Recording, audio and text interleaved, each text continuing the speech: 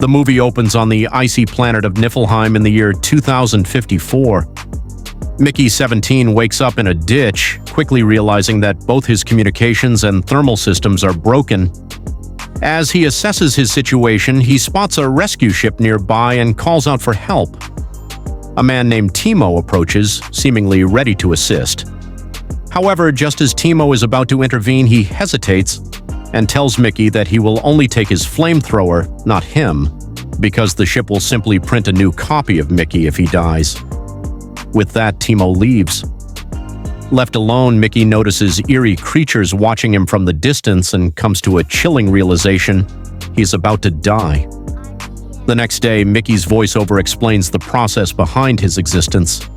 Each time he dies, his body is reprinted, and his consciousness, stored in a device called a brick, is implanted into the new version of himself. He describes how this technology violates every law on Earth, which is why it is only used in outer space, where expendables like him are created for high-risk missions. As part of this process, scientists conduct various experiments on him, exposing him to lethal levels of radiation outside the ship. When he inevitably dies, they simply print a new version of him. Mickey then recounts how he ended up in this situation. His troubles began when a friend convinced him to invest borrowed money into a failing company. Eventually, they were caught and brought before the ruthless Darius Blank, a psychopathic business tycoon. Desperate to escape, Mickey decided to leave Earth and applied for an expedition to help colonize an ice planet. Unaware of what being an expendable truly meant, he submitted his application and was accepted immediately. It was only afterward that an employee explained how the expendable program worked. She detailed the process of printing bodies and transferring memories. As part of the procedure, she took a sample of his body and uploaded his personal memories into a brick, sealing his fate as an expendable. Aboard the spaceship, the crew gathers for lunch when a man named Kenneth Marshall introduces himself. As Mickey meets the crew, he crosses paths with Nasha, one of the members. Marshall then informs everyone that food will be rationed for the duration of the journey until they reach the ice planet. He also announces a ban on any sexual activity during the trip.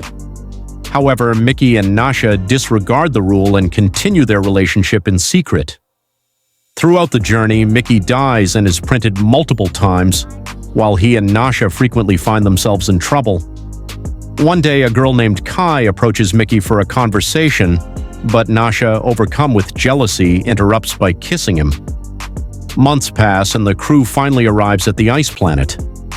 As part of an initial test, Mickey is sent outside to analyze the atmosphere for any unknown viruses.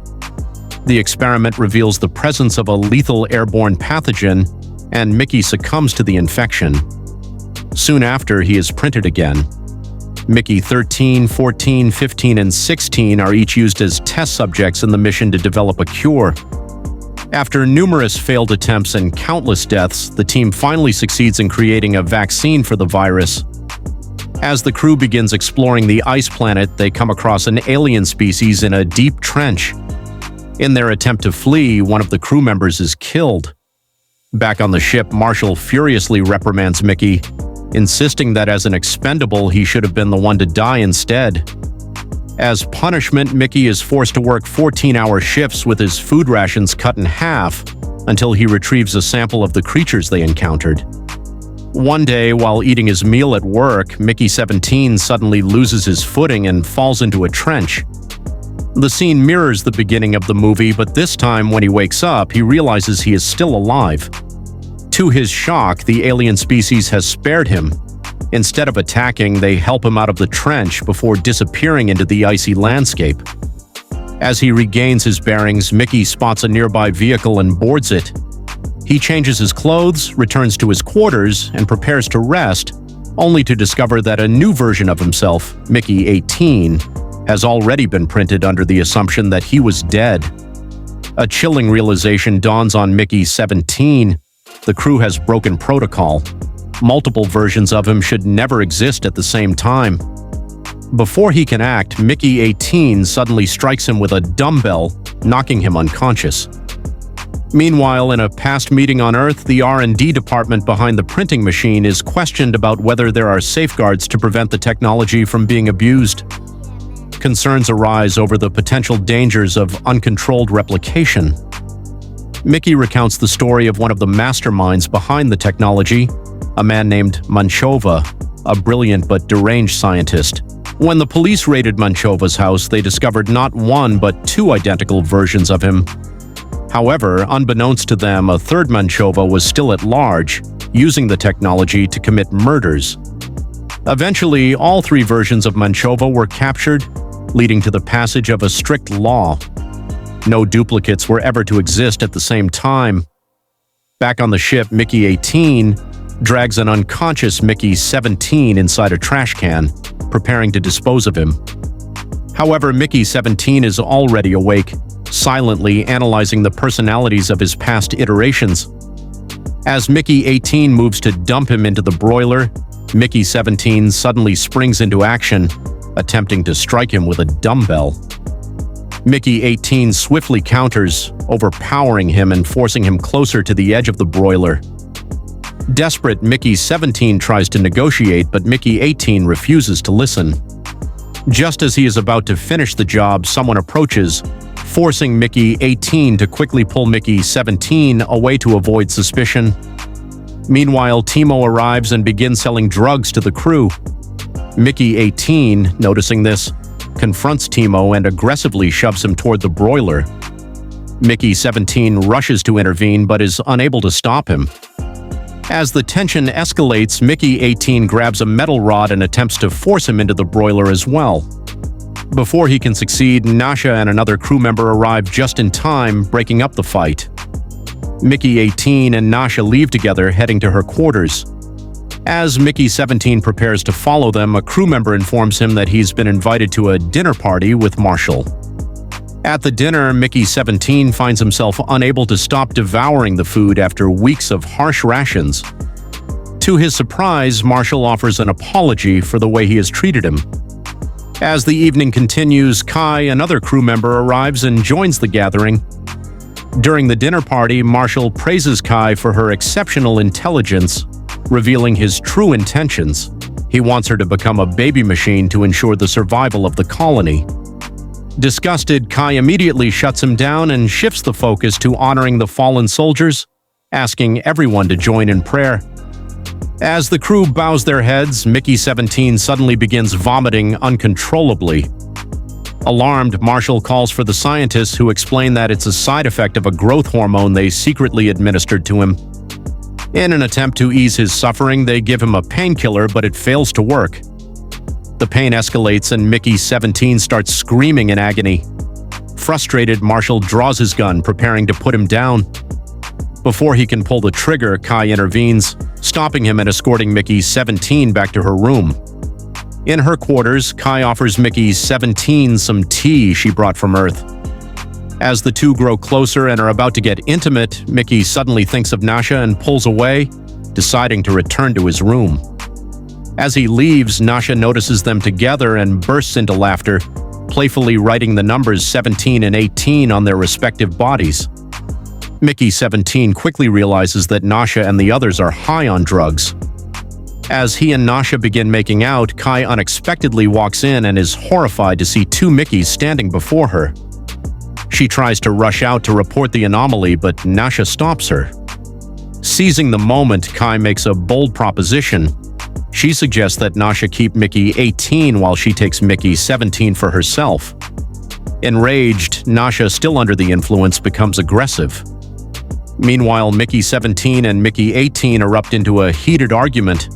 The confrontation spirals out of control when Mickey 18, blinded by rage, grabs a gun and storms off toward Marshall, intent on killing him. At that moment, Marshall is delivering a speech about a mysterious rock formation when one of the crew members suddenly spots a creature moving within the rock. Chaos erupts as Mickey 18 aims his gun at Marshall, ready to pull the trigger. Before he can shoot, another crew member tackles him, causing further panic.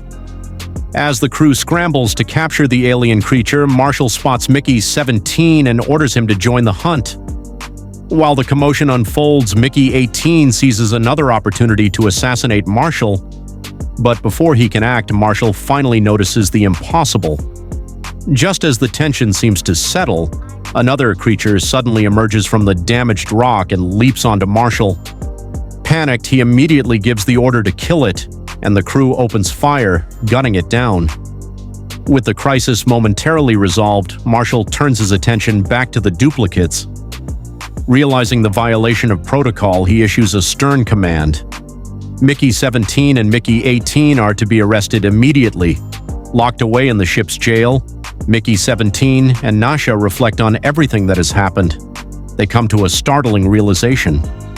The native creatures were the ones who saved Mickey 17 from the trench.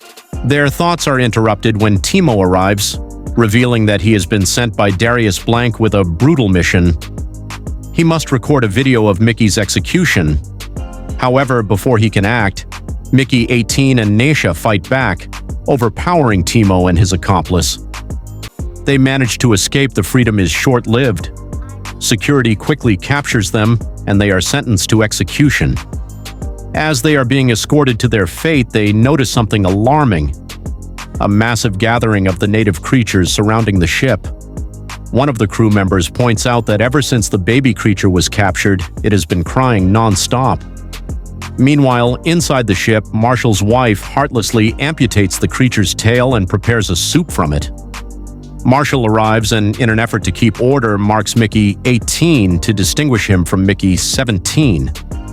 Taking his control further, he deletes Mickey's memories from the brick, erasing vital parts of his past. Nasha steps forward, fiercely defending Mickey 18, arguing that he was the one who first spotted the creature, but Marshall cuts her off, shifting focus to preparing for war. Nasha refuses to back down. She insists that the native creatures don't want war. They will only fight if provoked.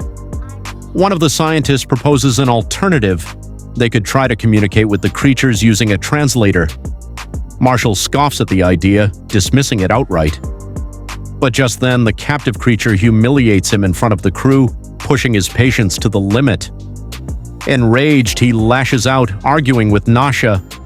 She refuses to back down, shutting him down completely. Cornered and desperate to assert his dominance, Marshall makes a cruel decision. He orders the creature to be tied up and thrown into the broiler. As it plummets, Nasha reacts instinctively, catching it with her mouth in a last-ditch effort to save it. Meanwhile, one of the crew members discreetly begins recording the entire scene, capturing undeniable evidence of Marshall's brutality. Marshall, determined to wipe out the native creatures, orders his crew to deploy a highly poisonous gas to exterminate them. His wife, always one for cruelty, suggests turning it into a twisted game. Whoever brings back 100 creature tails survives, while the loser dies.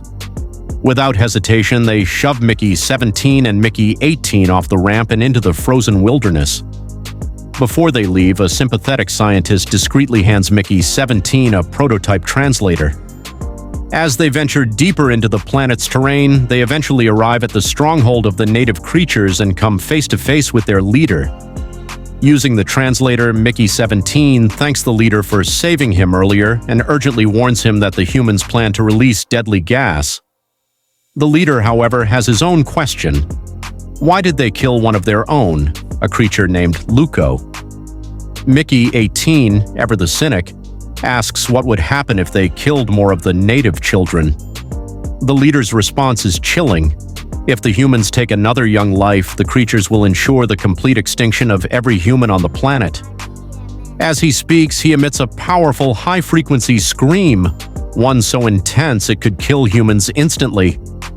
Understanding the gravity of the situation, Mickey 17 signals that they need to bring the captured baby back to the natives. Meanwhile, back on the ship, Marshall's advisor argues that Marshall should be the one speaking with the native leader, not Mickey 17. Marshall, always eager to assert control, leaves to confront the situation, temporarily handing over command to his wife. At the negotiation site, the native leader delivers a firm ultimatum. One of the two Mickeys must die as a form of retribution.